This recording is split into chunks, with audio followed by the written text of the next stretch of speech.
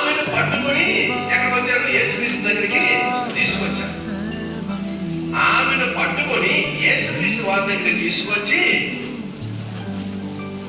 యేసుక్రీస్తు వారికి ప్రశ్నించారు, అయ్యా, ఈ యొక్క స్త్రీ వ్యభిచారం చేస్తుండగా పట్టబడింది, తప్పు చేస్తుండగా పట్టబడింది.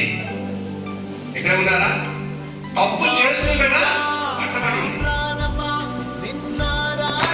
ఈమెను శిక్షించు అని యేసుక్రీస్తు వారితో వారు చెప్పారు.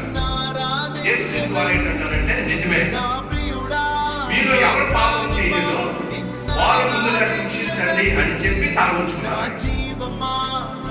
ఎప్పుడైతే యేసు ప్రభు వారు ఈ మాట అన్నారో వాళ్ళందరూ ఏదో తప్పు చేశారు కనుక, వాళ్ళ అంతరాత్మ ఒప్పుకోలేదు కనుక ఆమెను శిక్షించకుండా విడిచిపెట్టేసి వెళ్ళిపోయారు. ఎక్కడ ఉన్నారా? అప్పుడు తలెత్తాడు. యేసుక్రీస్తు వారికి తెలియదా? యేసుక్రీస్తు వారికి తెలుసు.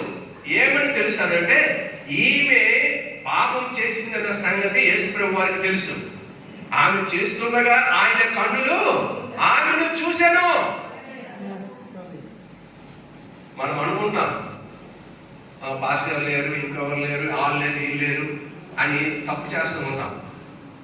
దేవుడికి వ్యతిరేకమైన పని చేస్తూ ఉంటాం.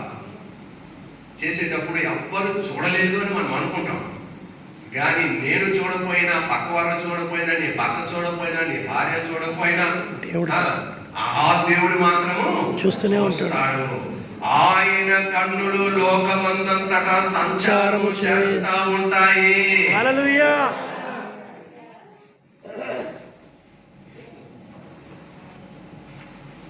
ఎవరు లేరు.